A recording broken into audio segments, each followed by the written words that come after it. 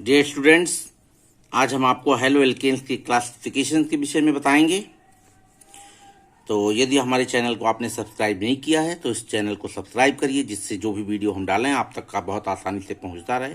और मैं पूरा प्रयास कर रहा हूं कि जिससे आपको बहुत ही सरल भाषा में आप तक मैं कंटेंट को पहुंचा सकूं। हालांकि इसमें बहुत सारी प्रॉब्लम्स होती हैं हिंदी में इस तरह से बताने के लिए, लेकिन फिर भी मैं पूरा प्रयास कर रहा हूं कि जिससे आप तक बहुत ही सरल भाषा में जो आपके कंटेंट्स हैं वो पहुंच सकें और इसका आप लाभ उठा सकें। तो आज हम आपको क्लासिफिकेशन ऑफ हेलो एल्केन्स, इसका जो वर्गीकरण है इसके बारे में बताएंगे। तो हेलो एल्केन्स का वर्गीकरण जो किया जाता है तो इसमें mono halo alkanes, di halo alkanes, tri halo alkanes और टेट्रा। ये मोनो मीन्स होता है एक, डाई मीन्स दो, ट्राई मीन्स तीन, टेट्रा मीन्स चार, पेंटा मीन्स पांच, इस तरीके से होते हैं।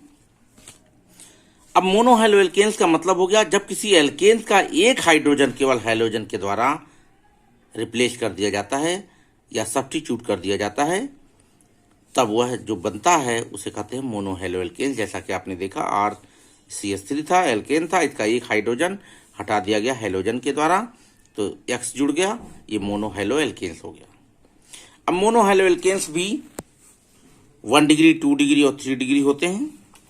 1 डिग्री मोनो हेलो एल्केन्स जब 1 डिग्री कार्बन से हाइड्रोजन को रिप्लेस करता है हेलोजन तब उसको कहते हैं mono halo alkanes. 1 degree, 2 degree, 3 degree carbon का जिक्र हमने इस चैप्टर के प्रारंभिक वीडियो में ही किया था। तो अब इसमें 1 डिग्री का मतलब होता है जिस कार्बन से केवल एक कार्बन जुड़ा हो डायरेक्ट, वह 1 डिग्री कार्बन होता है, इसलिए ये 1 डिग्री है। इसी प्रकार से इस कार्बन को ले लीजिए, इस कार्बन से भी डायरेक्ट एक ही कार्बन जुड़ा है, इसलिए ये भी 1 डिग्री होगा। लेकिन ये बीच वाला कार्बन, इससे दो कार्बन डायरेक्ट जुड़े हैं, एक इधर और एक इधर, इसलिए 2 डिग्री कार्बन होगा। तो जब इस 1 डिग्री कार्बन से जुड़े हुए हाइड्रोजन हैलोजन के द्वारा रिप्लेस या सब्स्टिट्यूट किए जाते हैं तो जो कंपाउंड बनता है उसे हम कहते हैं 1 डिग्री मोनो हेलो एल्केन्स।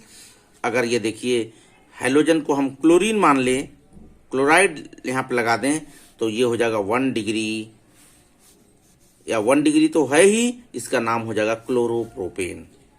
इसका नाम क्या हो जाएगा? क्लोरोप्रोपेन। यहां पर आपका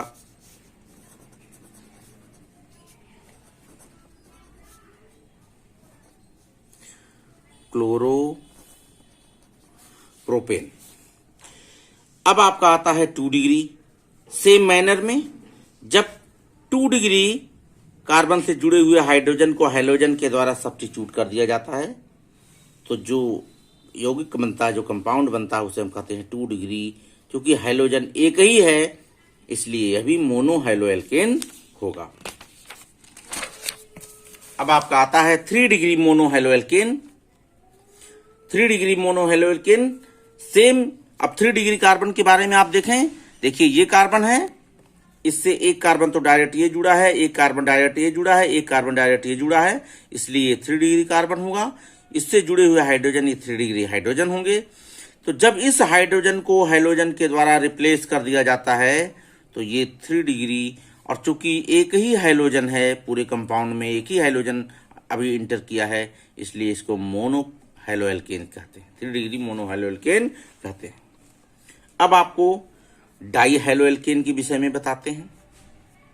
डाई मीन्स होता है 2 या 2, अर्थात जब किसी एल्केन के 2 हाइड्रोजन एटम्स हैलोजन एटम्स के द्वारा सब्स्टिट्यूट कर दिए जाएं या रिप्लेस कर दिए जाएं तो जो कंपाउंड बनता है, जो प्रोडक्ट बनता है, उसे हम डाई हेलो एल्केन कहते हैं। अब देखिए जैसे हमने आपको ब्यूटेन का एग्जांपल लिया। ब्यूटेन में 2 कार्बन जो टर्मिनल कार्बन होते हैं वो सभी के सभी 1 डिग्री होते हैं।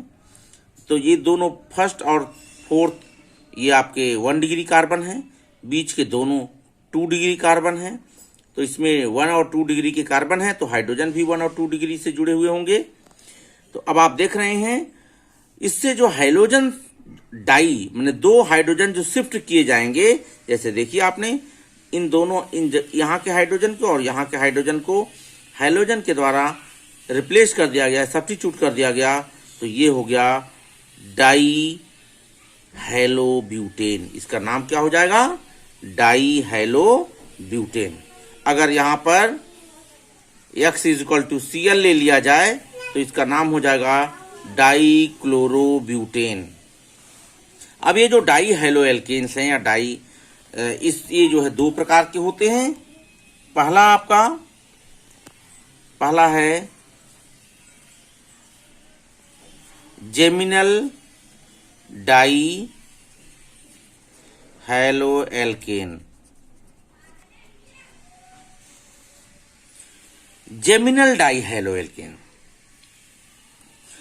जेमिनल डाई हेलो एल्केन का मतलब होता है कि जब किसी एक ही कार्बन पर जुड़े हुए दो हाइड्रोजन हैलोजन एटम के द्वारा सब्स्टिट्यूट किए जाएं। जैसे पहला आपको दिखाया हमने एग्जाम्पल, अर्थात कह सकते हैं जब एक ही कार्बन से जुड़े हुए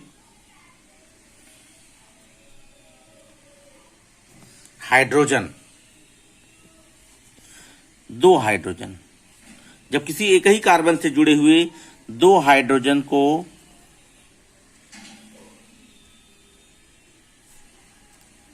हैलोजन द्वारा प्रतिस्थापित कर दिया जाता है।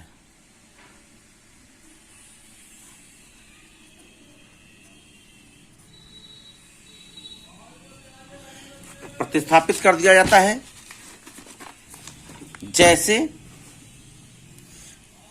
पहले वाले में आपने देखा ये ब्यूटेन था, यहां पर दो मॉलिक्यूल लिया गया हैलोजन का। अब इससे जो है एक यहां का एक यहां का, अर्थात यहां भी एक्स आ गया, यहां भी एक्स आ गया, तो ये हो गया आपका जेमिनल डाई हैलाइड या जेमिनल डाई हेलो एल्केन। अब दूसरा है आपका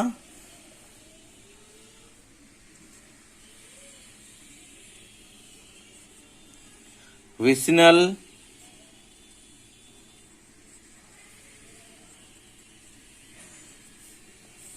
डाई हेलो एल्केन। विसिनल मतलब होता है एडजेसेंट या पड़ोसी, अर्थात जब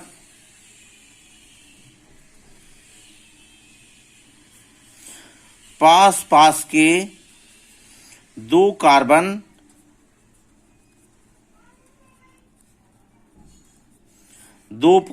परमाणुओं से जुड़े हुए हाइड्रोजन परमाणु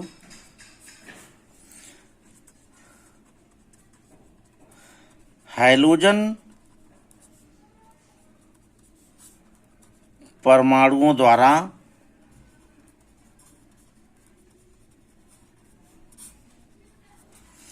प्रतिस्थापित कर दिए जाते हैं।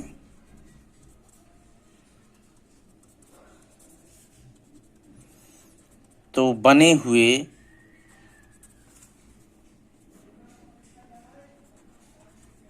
उत्पाद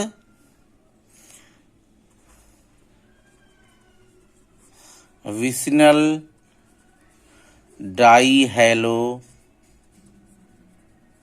एल्केन कहलाते हैं।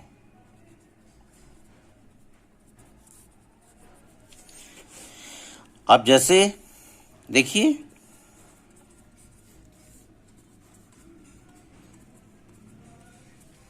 ये है। अब इस पर अगर मान लीजिए दो एटम्स, दो मॉलिक्यूल लिया गया हैलोजन का, तो अब ये बन गया आपका 1 2 3 4 5।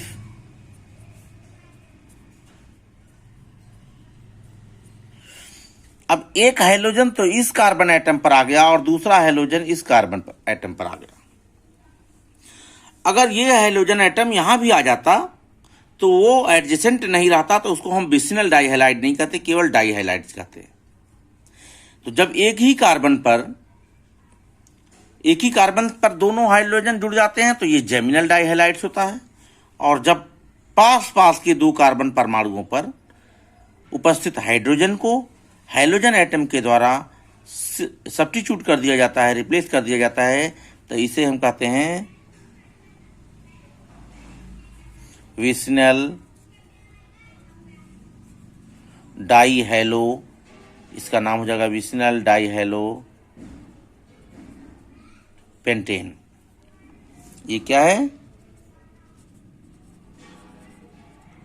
एन पेंटेन है, तो ये विसिनल डाइहैलो पेंटेन हो जाएगा। ये तो था आपको डाइहैलाइड्स के बारे में। अब आपको जो है ट्राइहैलाइड्स,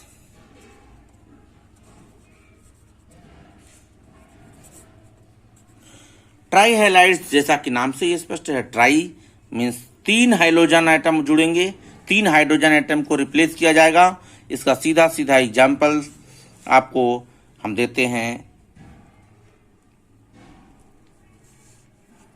क्लोरोफॉर्म का या आयोडोफॉर्म का। जैसे आप देखिए CH4 मीथेन था, इस पर X2 की क्रिया हुई। मान लीजिए X2, अगर ये Cl2 ले लें हम X2 के जगह पर, मतलब हाइड्रोजन हम क्लोरीन मान लें, तो ये बन जाता है 3 हाइड्रोजन इसके शिफ्ट हो जाते हैं, केवल एक बचता है CH, Cl, Cl और Cl। इसका फॉर्म है CHCl3, जिसे हम क्लोरोफॉर्म कहते हैं। तो देखिए 3 हाइड्रोजन जुड़ गए हैं, इसलिए ये ट्राई हैलो एल्केन्स। इसका नाम होता है, ट्राई का मतलब 3 हो गया, इसका नाम हो जाता है ट्राई क्लोरो। चूंकि एक ही कार्बन है तो हो जाएगा मीथेन। इसी प्रकार से टेट्रा, अब यहाँ पर हाइड्रोजन अगर क्लोरीन है, इसी प्रकार से क्लोरीन, ब्रोमीन, आयोडीन, तीनों में से कोई भी ले सकते हैं। तीसरा आपका है, चौथा है आपका टेट्राक्लोरो, टेट्राहेलो एल्केन। टेट्रा मीन्स 4 होता है, तो आप इसका भी सीधा एग्जाम्पल है। यदि CH4 अर्थात मीथेन के चारों ये 4Cl2 हो जाए और चारों हाइड्रोजन इसके रिप्लेस कर दिए जाए, अर्थात CCl4, इसको कहते हैं टेट्रा क्लोरो मीथेन, या इसका नाम है, जनरल नेम जो है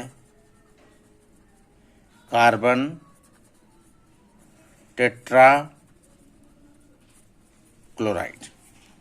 तो ये आपका हैलो एल्केन्स की क्लासिफिकेशन से संबंधित हम आपसे बात किए।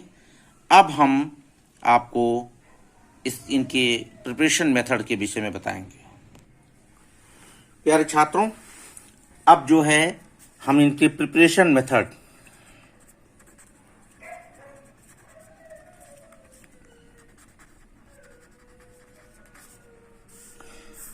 मेथड्स जिन्हें हम हिंदी में कहते हैं बनाने की विधियां, हैलो एल्केन्स के बनाने की विधियां आपको हमने पहले ही बता दिया कि विशेष तौर से यहाँ पर आपको मोनो हैलो एल्केन्स के विषय में ही अध्ययन करना है। तो ये जो विधियां हैं, ये मोनो हैलो एल्केन्स बनाने की हम आपको बताने जा रहे हैं, जिसका पहली मेथड जो है वो क्या है, direct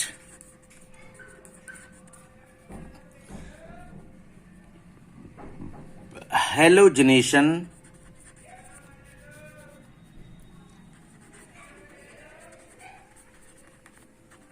of alkanes by direct halogenation of alkanes, अर्थात एल्केनों के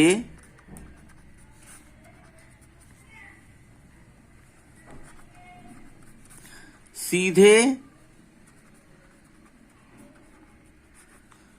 हैलोजनीकरण द्वारा, अर्थात इसमें ये विधि बहुत ही कॉमन है हैलोजनीकरण की।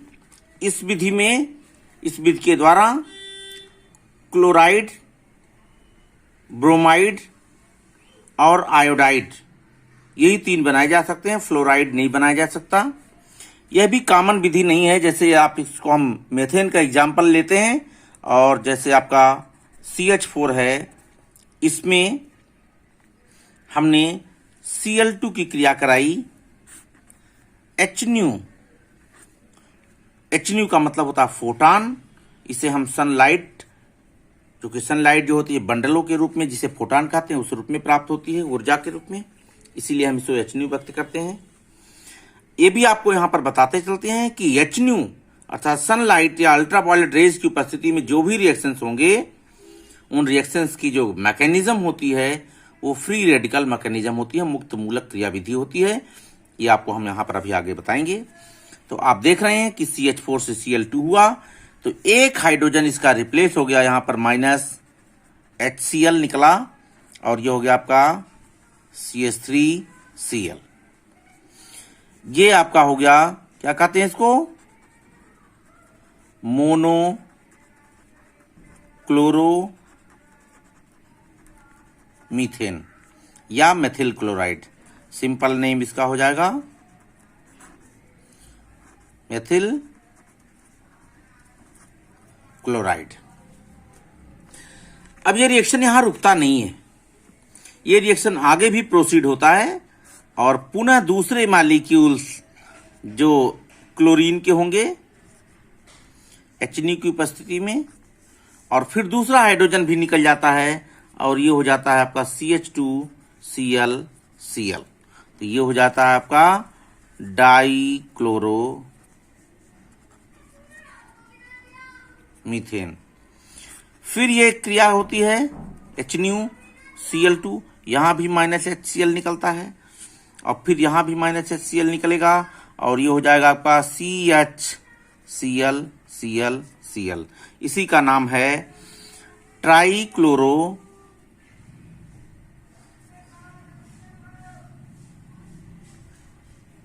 मीथेन, या इसको क्लोरोफॉर्म भी कहते हैं। क्या कहते हैं? क्लोरोफॉर्म भी कहते हैं। अब फिर इनका क्लोरीनेशन होगा HNu की उपस्थिति में, Cl2 की उपस्थिति में, और ये हो जाएगा आपका Cl और Cl। इसको कहते हैं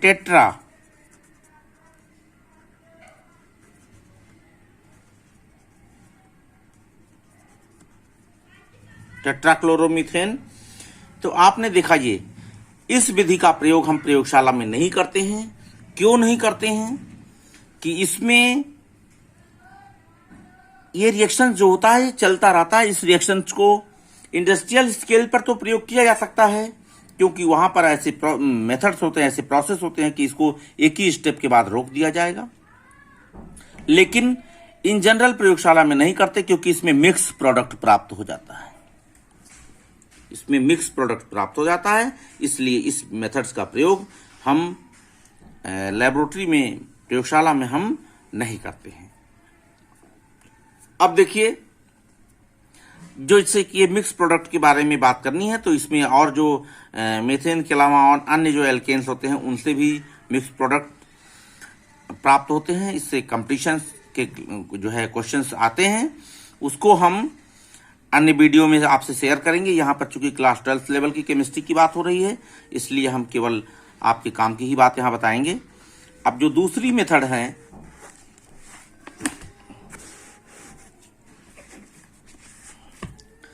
दूसरा जो मेथड है, ये बहुत ही इंपॉर्टेंट मेथड है। ये इंपॉर्टेंट मेथड ये है कि by addition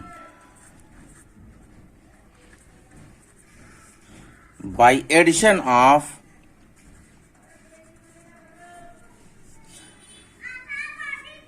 halogen acids on alkenes,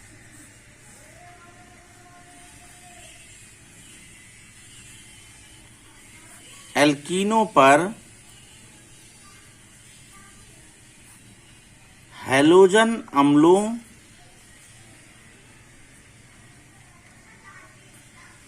के योग द्वारा, एल्कीनों पर हैलोजन अम्लों के योग द्वारा।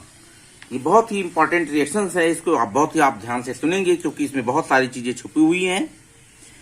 तो अब देखिए, इसमें दो प्रकार के एल्कीन्स, एक तो सिमेट्रिकल एल्कीन्स हैं। ये एडिशन शब्द जब आ गया, एडिशन का मतलब होता है, योग का मतलब होता है या योगात्मक अपक्रियाओं का मतलब होता है कि इसमें कोई भी साइड प्रोडक्ट नहीं बनता है, कोई भी सह उत्पाद नहीं बनता है।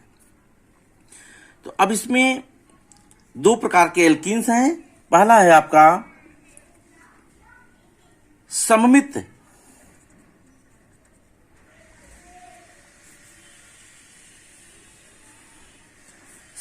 एल्कीन और दूसरा है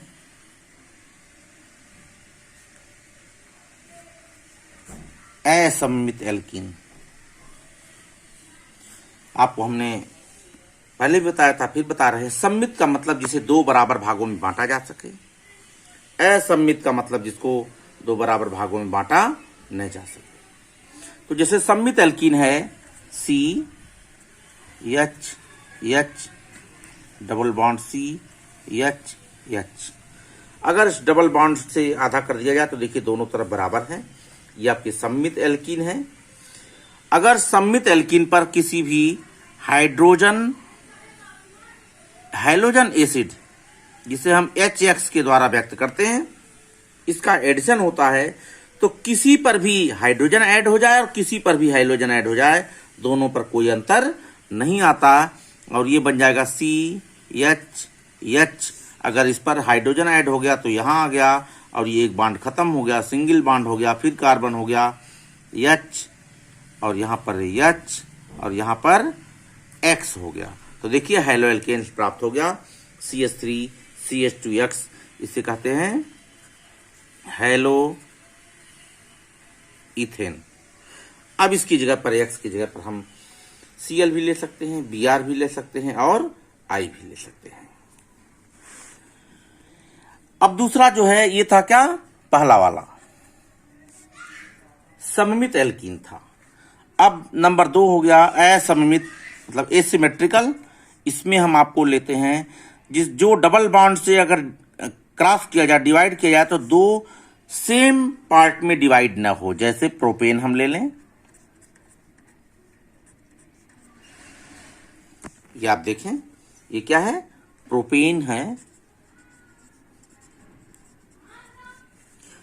ये आपका प्रोपीन है। अगर हम डबल बॉन्ड से ऐसे इसको क्रॉस करें तो देखें, एक तरफ तो मेथिल आ रहा है CH2, केवल ये CH3 नहीं, सॉरी, और एक तरफ आ रहा है 2 कार्बन का पार्ट, तो ये सिमेट्रिकल नहीं हुआ। अब जैसे ही हम इस पर HX का हैलोजन एसिड का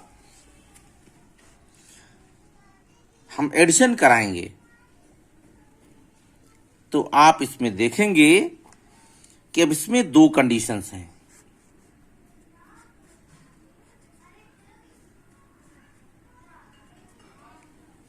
अब कंडीशन क्या है, एक कंडीशन में तो ये होगा, हाइड्रोजन इस पर ऐड हो गया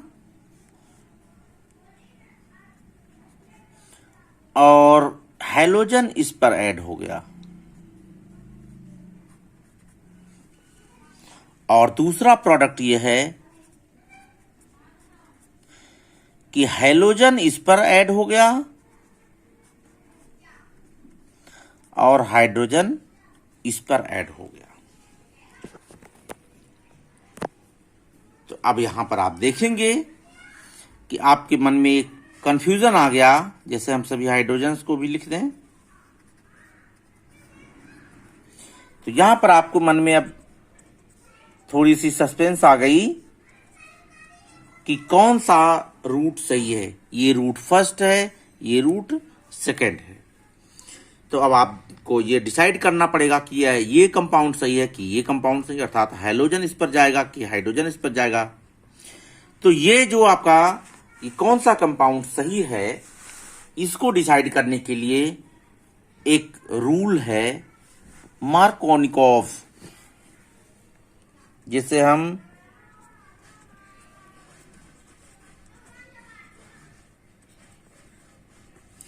मार्कोनिकॉफ जिसे हम एम रूल कहते हैं। तो मार्कोनिकॉफ का जो नियम है उसी के अनुसार इसका सही प्रोडक्ट डिसाइड होगा। इसके पहले अभी हम इसकी जो मैकेनिज्म भी बताएंगे। ये जो आपका अनसिमेट्रिक असममित एल्कीन पर जब हैलोजन एसिड्स का योग होता है, एडिशन होता है, तो इसकी जो मैकेनिज्म होती है वो पोलर मैकेनिज्म होती है या ध्रुवीय क्रियाविधि होती है। जैसे पहले वाले प्रिपरेशन मेथड में आपने देखा, वहां पे फ्री रेडिकल मैकेनिज्म था, यहाँ पर फ्री रेडिकल मैकेनिज्म नहीं है, यहाँ पर पोलर मैकेनिज्म है जिसे हम ध्रुवीय क्रियाविधि कहते हैं। उसको भी आगे हम बताएंगे आपको। पहले आप देखें तो ये मार्कोनिकॉफ का नियम क्या है, एम रूल क्या है। ये कहता है एम रूल, हम आपको बताते हैं लिख करके इसको।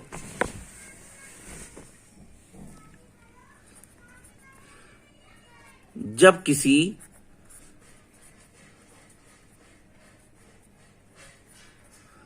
असममित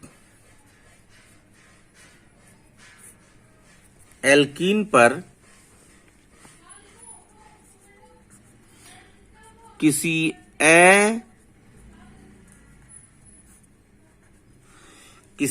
असममित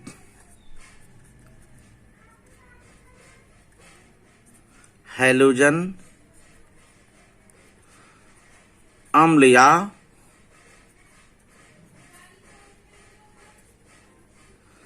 अभिकर्मक, यह हैलोजन अम्ल ही नहीं है, कोई भी असममित अभिकर्मक होगा, असममित एल्कीन पर अगर उसका योग होगा तो सब पर यह लागू होता है, इसलिए यहां पर हमने अभिकर्मक भी लिख दिया। जब किसी असममित एल्कीन पर किसी असममित हैलोजन अम्ल या अभिकर्मक का योग होता है तो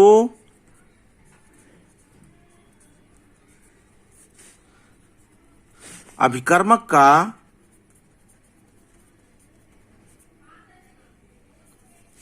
ऋणात्मक भाग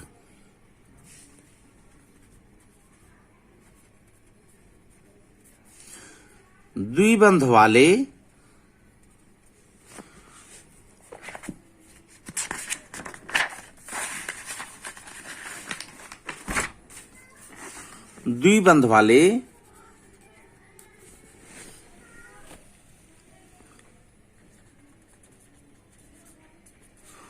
उस कार्बन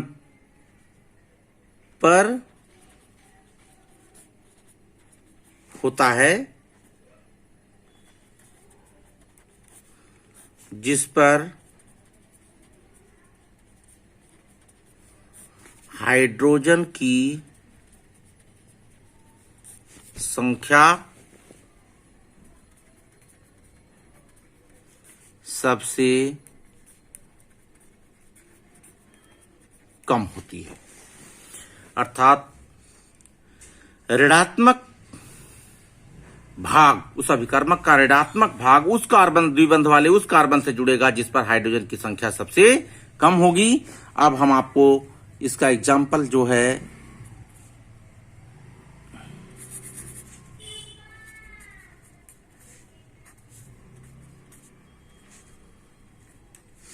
आप देखें,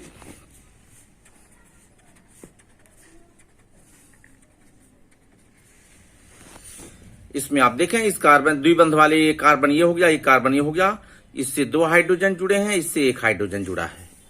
अगर हम इस पर HX का योग करते हैं तो ये इसका ऋणात्मक भाग ये है, हैलोजन है, और धनात्मक भाग ये है। तो हमने आपको पहले ही बताया कि ऋणात्मक भाग उस द्विबंध वाले उस कार्बन से जुड़ता है जिस पर हाइड्रोजन की संख्या कम होती है, अर्थात इसका जो यहां पर अभी आपको हमने 2 रूट बताया था, तो ये रूट नंबर 2, जो रूट नंबर 2 है, देखें आप, ये सही प्रोडक्ट है। इसका मार्कोनिकॉफ के नियम से जो प्रोडक्ट बनेगा वो यही बनेगा। क्या बनेगा? CH3CX और यहां पर CH3, इसका प्रोडक्ट का नाम होगा। ये आपका 3 कार्बन है, तो ये हो जाएगा 2 हेलो प्रोपेन। अब X की जगह पर क्लोरीन, ब्रोमीन, आयोडीन, तीनों में से कोई भी ले सकते हैं। तो इस प्रकार से आपने देखा कि ये मार्कोनिकॉफ के नियम के अनुसार होता है। मार्कोनिकॉफ का नियम भी हमने